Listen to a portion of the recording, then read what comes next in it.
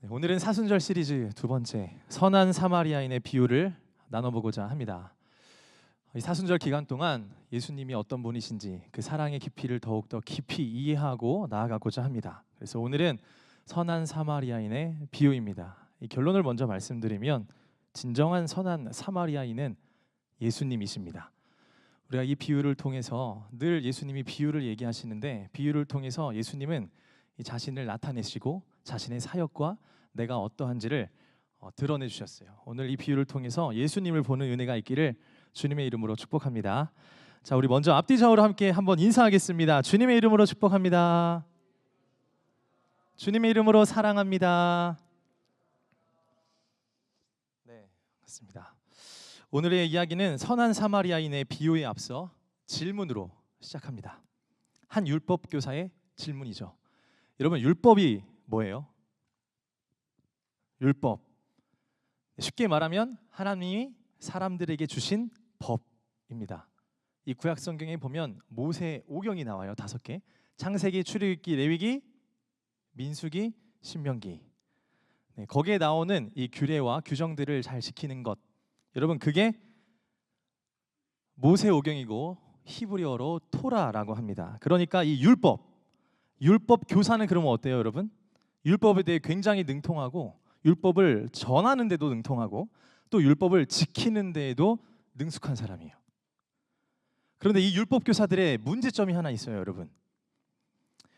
이 문제점이 하나 있다면 저번 주에 우리가 나눈 이 복음, 우리가 복음의 시작이라는 내용을 나눴는데 복음에 대한 눈이 띄어지지가 않았다는 거예요. 예수님께서는 이 땅 가운데 이 율법의 본질을 잘 알려주시면서 율법을 새롭게 하시면서 율법의 완성이 되고자 이 땅 가운데 오셨는데 자꾸 율법 학자들과 바리새인 서기관들을 율법을 오해하는 거예요. 율법의 본질은 생명과 사랑인데 그걸 잊고 율법으로 사람을 정죄하고 죽이고 있으니 예수님 입장에서는 다시금 이들을 새롭게 해야 되는 거예요. 그리고 완성시키러 오신 거예요. 진정한 율법의 궁극적 목적이 사랑이라는 것을. 그러니까 율법학자들은 예수님을 믿지 못하니까 마음속에 예수님을 영접하지 못했어요. 그래서 오늘 그 율법교사가 예수님을 시험하고자 질문합니다. 선생님, 제가 무엇을 해야 영생을 얻을 수 있습니까? 여러분, 원래 이 질문 조금 좀 킹받게 해야 돼요. 그러니까 선생님, 제가 무엇을 해야 영생을 얻을 수 있습니까? 이렇게 살짝. 제가 지금 양복 입어가지고 잘 안 되네요. 양복 벗으면 여러분 장난 아니에요, 저. 선생님, 이렇게 제가 무엇을 해야 영생을 얻을 수 있습니까? 이 목적과 의도가 있다는 거예요. 이 질문 자체에 어떤 조롱과 풍자가 섞여 있어요. 이 예수님의 가르침을 보면 예수님이 누굴 가르치냐? 복음을 전할 때 세리, 창녀들, 그리고 죄인들, 그리고 그들을 고칠 때에도 치유할 때에도 이 안식일도 어기고 그냥 회당에서 모이는 데도 다 그렇게 하셨단 말이에요. 그러니까 이 질서가 너무 없어 보여요. 그래서 예수님처럼 질서 없이 가르치는 예수님, 이 율법학자 입장에서 이렇게 생각드는 거예요. 질서도 없이 가르치는 예수님, 과연 당신은 영생 근처라도 갈 수 있습니까? 라고 보이지 않는 비난이 섞여 있는 거죠, 이 질문에. 근데 예수님은 어떻게 반문하시죠? 율법에 뭐라 기록되었느냐, 이렇게 반문하세요. 이 안에도 보이지 않는 뾰족한 이 칼이 있어요, 여러분. 율법 뭐라 생각해? 이러는 거예요. 우리가 여러분 이 대화를 보면 알맹이가 없는 것 같은데 이 성경을 쭉 읽고 또 성경의 문맥을 또 읽다가 다시 돌아오면은 이 질문과 대화 속에 미묘하고 깊은 긴장감이 있어요. 몰라서 물어봤을까요? 몰라서 대답했을까요? 다 의미가 있는 거예요. 자, 한번 계속 읽어보겠습니다. 그러니까 이제 씩씩하게 얘기하죠. 율법학자가 이렇게 나와 있습니다. 내 마음을 다하고 목숨을 다하고 힘을 다하고 뜻을 다하여 주 너희 하나님을 사랑하고 내 이웃을 내 자신처럼 사랑하라라고 대범하게 이야기합니다. 예수님의 결론 단순하죠. 그럼 네가 말한 대로 행해라. 그러면 살 거다라고 결론을 내버리세요. 여러분, 우리가 이러한 성경의 맥락과 이 내용을 쭉 보고 다시 돌아와서 보면은 이 반응이 잘못된 거예요. 어떻게 이야기하고 어떻게 해석을 해야 되냐면 이렇게 해석할 수 있을 것 같아요. 너 진실로 영생을 위한 행동을 알고 있니? 알고 있었다면 행하고자 했을 것이고 진짜 행하고자 했으면은 너는 탄식하고 낙심했을 것이다. 여러분, 이 목숨과 마음과 뜻을 다해서 하나님을 사랑하고자 하고 이웃을 사랑하려고 하면 일단 첫 번째, 탄식하고 절망하고 낙심해야 됩니다. 왜 그런지 아세요? 우리가 보여지는 것은 그렇게 할 수 있겠지만 진정으로 사랑하기가 어려워요. 사랑은 일단 내게 아니기 때문에 일단 하나님의 사랑이 필요해요. 그 사랑으로 사랑할 수 있지 내 안에 있는 사랑으로는 계산적인 사랑일 때가 참 많아요. 그래서 이렇게 고백했어야 돼요. 이 율법학자는 물어보셨을 때 제 힘으로 목숨과 힘을 다하여 뜻을 다하여 사랑해봤는데 안 됩니다. 결코 저는 사랑할 존재도 안 되고 내 안에 사랑이 너무 부족하다고, 그래서 예수님 필요하다고 이렇게 얘기했어야 되는 거예요. 근데 그렇게 안 하죠. 계속 말싸움을 이어가는 거예요. 예수님의 이 대화 속에 예수님은 되묻는 거예요. 생각해보라고, 고민해보라고. 진짜 영생 얻을 길 알아 너? 여러분, 청년들 같이 신방하고 이야기하면은 진짜 힘든 것 중에 하나가 사랑하는 것 같아요. 사랑, 그쵸? 직장, 학교, 모든 관계 속에 사랑하기가 너무 어려운 현장이 많은 것 같아요. 어떻게 사랑하죠? 질문을 진짜 많이 하고 저도 동감이요. 이거 용서할 수 없어 이건. 그러다가 맞다 그렇게 하면 안 되지. 여러분, 우리가 사랑하기가 어렵죠. 그래서 하나님은 사랑을 우리에게 구하라고 하셨나 봐요. 우리의 힘으로 사랑할 수 없는 일들이 너무 많아요. 그래서 부족한 그 사랑, 정말 하나님 아니고서는 채울 수 없고 우리 힘으로 사랑할 수가 없습니다. 자, 이어서 지금 그런 상황 속에서 이 율법학자가 대화를 계속하는 거예요. 알아들어야 되는데 이제 이렇게 예수님께 되물어요. 29절에 어떻게 얘기하냐면, 제가 읽어볼게요. 그 사람이 자기를 옳게 보이려고 예수께 여짜오되 그러면 내 이웃이 누구나이까? 누구니까? 내 이웃 누군지 얘기해달라는 거예요.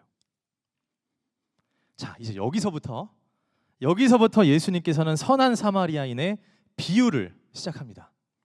제가 새 한글 버전으로 스토리를 좀 정리해 왔어요. 한번 읽어볼게요. 여러분, 어떤 내용의 이야기인지. 어떤 사람이 예루살렘에서 여리고로 내려가고 있었습니다. 그런데 그만 강도들에게 둘러싸이고 말았어요. 강도들은 그의 옷을 벗기고 두들겨 패서 반쯤 죽여 놓았습니다. 그러고는 그를 내버려 두고 떠나버렸어요. 우연히 어떤 제사장이 그 길로 내려가고 있었습니다. 그런데 그를 보자 다른 쪽으로 비켜서 지나가 버렸어요. 그 다음에 또 나오죠. 레위 사람도 있었는데 마찬가지로 그곳으로 내려가다가 그를 보고서는 다른 쪽으로 비켜서 지나가 버렸어요. 그런데 어떤 사마리아 사람이 길을 가다가 그가 있는 곳으로 왔습니다. 그를 보자 가슴이 아팠습니다. 그래서 그는 다가가서 상처난 곳들을 싸매 주었습니다. 올리브 기름과 포도주로 부어주면서요. 그리고 그 사람을 자신의 짐승에 태워서 여관으로 데려가 보살펴 주었어요. 다음 날 2데나리온을 꺼내어 여관 주인에게 주고 말했습니다. 이 사람을 돌봐주세요. 얼마가 되었든 돈이 더 들면 바로 내가 와서 갚아드릴 테니까. 선생 생각으로는, 이제 비유가 끝나고 예수님 말하는 거예요. 선생 생각으로는 이 3명 가운데 누가 강도들에게 걸려든 사람의 이웃이 되어 주었습니까? 율법 전문가가 대답했습니다. 한결같은 사랑, 그 사람한테 실행한 사람입니다. 예수님이 그에게 말씀하셨습니다. 가서 선생 자신도 그렇게 실행하세요 라고 하면서 오늘 본문의 이야기가 마무리됩니다. 여러분, 어떤 내용인지 아시겠죠? 한 명이 죽기 직전이에요. 이거 원어로 보면은 거의 죽기 일부 직전, 숨 까딱까딱 하고 있는 상황이거든요. 제사장, 레위인 보고 그냥 지나쳐요. 못 본 채 하고 벌레처럼 취급하는 거예요. 그리고 세 번째 사람, 사마리아 사람이 보고 와서 품고 싸매주고 주막까지 이동시켜서 비용도 다 지불해주고 더 들면 오겠다고 얘기하는 거예요. 여러분, 제가 이 내용을 조금 다운그레이드 해볼게요. 생각해 보세요. 여기 승민이가 있는데요. 승민이가 오늘 수업 한 학기 동안 열심히 들었고 오늘 지각하지만 않으면 올 에이프릴에 꽈탑에 그 다음에 전액 장학금에 교환학생 모든 티켓팅 다 줄 수 있어요. 어때요? 괜찮아요?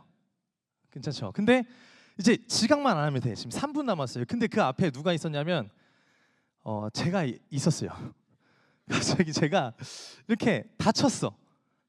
근데 그걸 보고 어떻게 할 건지 대답해 줄 수 있을까요? 갑자기 오게 되네. 도와드려야죠. 아, 네, 알겠습니다. 자, 그러면은 다른 질문 해볼게요. 그러면 진짜 중요한 예배. 코로나 3년 동안 있다가 오늘 저희 연동교회에 제이어스, 위러브, 아이자야 61 다 오는 거예요. 다 온대. 근데 이 앞자리를 좋아하는 동현이, 사모하는 앞자리를 사모하는 동현이가 있는데 앞자리 티켓팅을 한 거예요. 근데 이거 지금 5분 안에 못 가면 안 돼, 절대. 근데 저 앞에 횡단보도에 제가 또 쓰러져 있어요. 네, 쓰러져 있어요. 어떻게 하실 거예요? 도와드린다고요? 아, 네. 이게 믿음이 좋은 건지 눈치가 없는 건지 잘 모르겠어요, 여러분. 그냥 하나님은 아시겠죠? 네, 좋습니다. 역시 하이 청년 공동체 따뜻하다. 네, 이렇게 결론 내겠습니다, 여러분. 네, 이런 상황이에요, 여러분. 근데 우리가 이것을 실제 이 본문에 있는 비유 상황과 완전 다르지만 지금 이 본문을 제가 조금 더 주의해 보겠습니다, 여러분. 선한 사마리아인은 지금 여리고로 가고 있는 중이에요. 근데 실제로 이 길이 가팔라, 그리고 동굴도 많아서 강도들이 들끓는 곳이에요. 근데 그때 유대인을 유일하게 발견하는 거예요. 유대인으로 거의 추정하거든요. 이제 쓰러져 있어. 근데 여러분, 유대인과 사마리아 사람들이 사이가 좋을까요, 나쁠까요? 어떻게 하셨어요? 네, 맞아요, 나빠요. 엄청 나빠요. 그러니까 이 유대인들에게 이웃의 개념과 범주가 있거든요. 첫 번째 막 제사장, 그리고 레위인, 평민들, 그리고 쭉쭉쭉 내려가서 6, 7단계가 아마 뭐 아이들, 노예들 이렇게 있을 거예요. 근데 이 이웃의 범주에 포함도 안 되는 사람이 누구냐면 사마리아 사람들이에요. 그러니까 이 사마리아 사람들은 짱돌로 죽여도 율법으로 해결 안 해요. 그냥 그러려니 하고 넘어가요. 그런 존재의 대우를 받았던 게, 경멸의 대상이었던 게 누구? 사마리아 사람들이었어요. 근데 여러분, 제사장은 어떤 사람이냐면 제사를 집행하는 자예요. 레위인은 성전을 관리하는 사람이에요. 근데 이들은 율법으로는 최상의 지식을 갖고 행하는 자들인데 그냥 지나쳐 버렸어요. 왜 지나쳐 버렸을까요? 네? 지금 피 흘리면서 죽기 직전이에요. 만지면 부정해질까 봐. 피 묻으면 안 되니까. 당시 율법으로 부정해질까 봐 만지지도 않고 생명 죽어가는데 그냥 돌아가는 거예요. 생명으로도 안 보이는 거예요. 이웃을 자신들이 규정하는 거예요. 그런데 여러분, 이 사마리아 사람은 달라. 이 사마리아인은 달라요. 원수임에도 불구하고 그 자리에 멈춥니다. 여러분, 앞에 얘기했던 것처럼 이 여리고 길이 너무나도 위험한 길인데 멈췄다. 생명의 위협이 시작되는 거예요. 그 자체로 자기 목숨을 건 거나 마찬가지예요. 근데 그 사람한테 가서 그는 보답을 받으려는 기브앤테이크 마인드 없이 자기 물건과 돈 다 내줍니다. 생명을 살리기 위해서. 본인도 그가 여관에 들어가는 것 자체가 위험할 수도 있는 상황이에요. 근데 여관 주인과 이제 금전적인 관계까지 해야 되니까, 근데 그것도 맺고 위험을 담보하고 생명을 더 귀하게 여기면서 이웃이 되어줍니다. 자, 여러분, 우리 기독교의 대강령 뭐죠? 하나님 사랑, 이웃 사랑이에요. 이웃 사랑. 이웃을 사랑하는 게 도대체 어떤 건지, 누가 이웃인지 한번 생각해 보시길 바랍니다. 일단 본문을 통해서 알 수 있는 건 정확히 율법 교사들은 누가 내 이웃이냐고, 앞서 얘기한 것처럼 내 이웃의 범주들이 있잖아요. 그 중에 고르는 거, 누가 내 이웃이냐고 얘기하는 거예요. 근데 예수님은 36절에 어떻게 얘기하냐면 누가 강도 만난 자의 이웃이냐라고 얘기해요. 누가 그의 이웃이냐라고 물어보는 거예요. 그러니까 율법학자들이나 율법학자들과 같은 우리는 항상 내 안에, 내 교회 안에, 내 공동체 안에 내 진영 논리와 내 생각을 이끌어주고 이해해주고 인정해주는 하나의 그런 사람들이 이웃이지, 그 사람의 연약함이 보일 때는 전혀 우리가 외면하게 되는, 그의 약함에 나의 마음과 사랑을 담지 못하는, 그들은 이웃이 되지 않는 그 모습을 이야기하고 지적하고 있는 것입니다. 그러니까 예수님은 누가 강도 만난 자의 이웃이냐고 되물으셨어요. 자, 여러분, 그 사람의 간절한 필요에 내가 참여하는 것이 그 사람의 이웃이라고 이야기했습니다. 나 중심이 아니라 너 중심이에요. 내가 아닌 상대의 약함을 섬길 때 그 사람의 이웃이 될 수 있는 거예요. 근데 이게 웃긴 게 오늘날 사회에서는 이 약함을 섬겨주는 게 아니고 그 약함의 친히 그리스도인으로 종이 되어 섬겨주는 게 아니고 약함을 이용하죠. 약함을 사용하고 약함을 통하여 공격합니다. 그러면 안 되는 거예요, 여러분. 그래서 이웃을 이렇게 정의할 수 있을 것 같아요. 어떻게 정의하냐면 들어보세요. 이웃은 지리적 거리나 종교적 배경, 소속에 따라 정해지는 것이 아닙니다. 그러니까 옆집이어서만 이웃이 아니라는 거예요. 그게 이웃이 아니고 그럼 이웃은 뭘로 정의되냐? 자비와 사랑을 실천하는 마음으로 정의되는 거예요. 그리고 진정한 사랑은 행동으로 무조건 나타나게 돼 있어요. 옮겨져야 되는 거예요. 그 사람의 인종, 종교와 상관없이 사마리아인은 그의 부족하고 필요한 부분에 종이 되어 이 쓰러져가는 사람을 섬겼어요. 이게 바로 이웃의 참 본복이라는 것을 오늘 예수님이 얘기해 주시는 거예요. 여러분, 우리는 어떤가요? 저는 어제 이 러브리지온을 우리가 했어요. 러브리지온 사역을 하면서 사실 여러 가지 생각을 하게 되었어요. 이웃을 사랑하고 은혜의 시간으로 우리가 모두 보냈지만 항상 생각해 보는 거죠. 피드백해 보는 거예요. 저희가 모르시는 분들을 위해 저희가 우리 창신동 쪽방촌에 있는 독거 어르신들을 섬기고 있어요. 도시락 이렇게 만들어 가지고 생필품이랑 50가구를 다녀왔어요. 저는 생각해 보는 거예요. 자칫 잘못하면 나의 선한 열정과 나의 자비심, 나의 선한 만족을 채워줄 수혜자를 찾고 있는 게 아닐까? 있는 사람들은 쉬울 수 있어요. 이런 섬김이.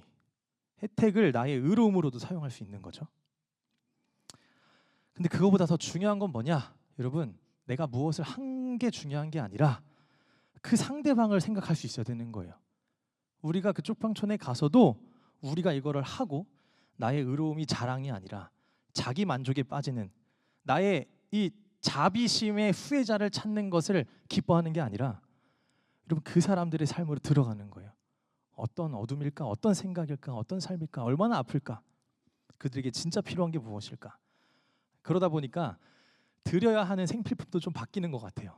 진짜 이게 필요할까? 이런 생각도 들더라고요, 저는.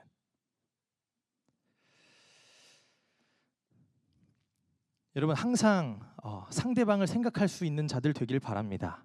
그리고 자비와 사랑을 생각 속에서만 실천하는 게 아니라 행동으로 옮겨야 함을 오늘 우리는 이 비유를 통해 배울 수 있습니다.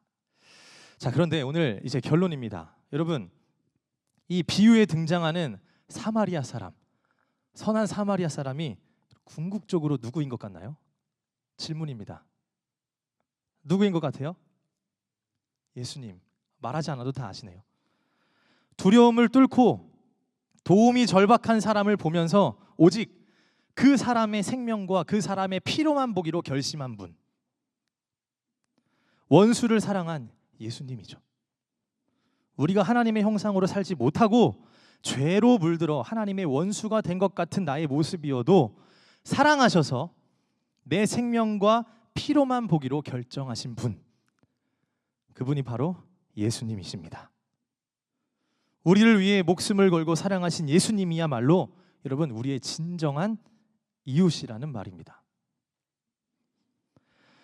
그래서 저는 그러면 이 본문이 다시 해석될 수 있는 거예요, 여러분.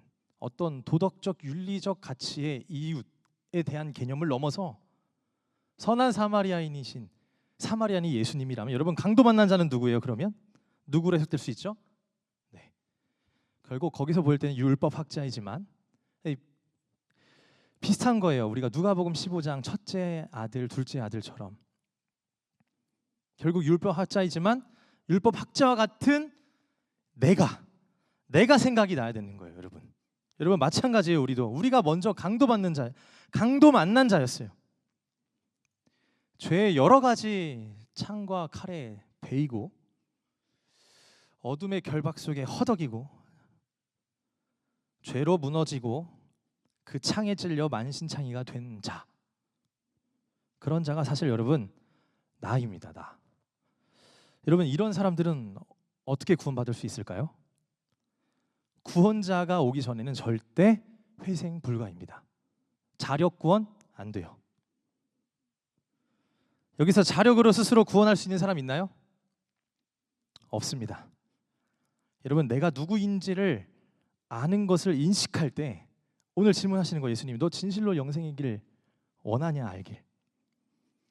어떻게 알 수 있냐면 말로 뻥끗 목숨을 다하면 됩니다, 힘을 다해 사랑하면 됩니다, 그거 아니고 진짜 내가 누구인지를 아는 것,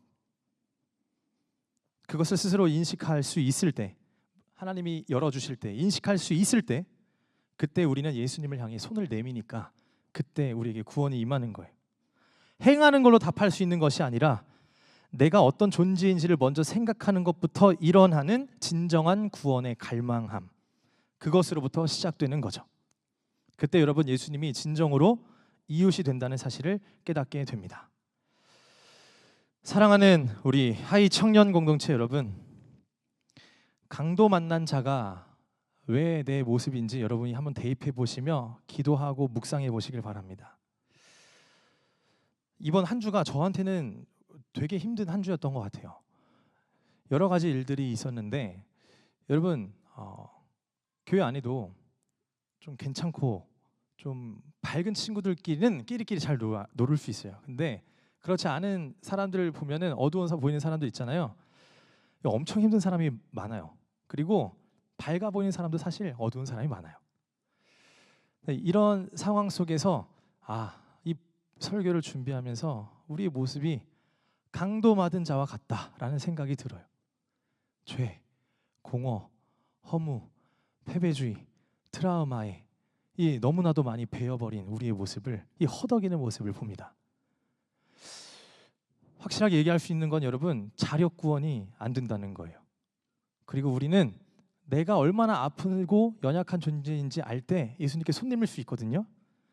그때 선한 사마리아인이신, 사마리아인과 같은 이 예수님께서 우리를 위해, 여러분 누가복음 15장 둘째 아들 잔치 벌였을 때랑 똑같아요. 오늘 이 선한 사마리아는 어때요? 죽음 위험 무릅쓰고 여리고로 내려가는 그 길 생명 상관 안 해요. 두려워하지 않아요. 두려워도 그 자리에 있고, 여러분 기름으로 포도주로 돕고, 그리고 데려가가지고 주막에 놓고 거기서 비용 다 지불하고, 그리고 또 부족하면 얘기해달라고. 이거 여러분 우리 못해요. 사람들은 못하는 거예요. 너무 과잉이에요. 이건 우리가 할 수 없는 일이에요. 이거는 예수님만이 하실 수 있는 거예요. 그래서 이 비유는 우리에게 윤리적 도덕적 이야기를 하는 것과 같지만서도 동시에 아버지의 비유인 거예요. 또 예수님 비유인 거예요. 이들을 위해, 이 강도 만난 자를 위해 모든 것들을 다 탕진해 버리시는 탕부의 아버지, 사마리아인의 비유입니다. 사랑하는 여러분, 마음이 아파요. 우리 안에 있는 여러 가지 어둠과 여러분들을 힘들게 하는 많은 우울의 감정들이 있을 것 같아요. 네, 누군가는 또 그렇지 않고 기쁠 수 있겠죠. 그러면은 기쁜 사람들은 오늘 여러분들이 작은 사마리아인 되셔서 그런 필요가 있어 보이는 친구들을 위해 기도해 주시길 바랍니다. 그들을 섬기시길 바라고 그 사랑이 흘러가는 통로가 되어 주시길 바랍니다. 저는 우리 공동체를 우울한 공동체로 정의하고 싶지 않아요.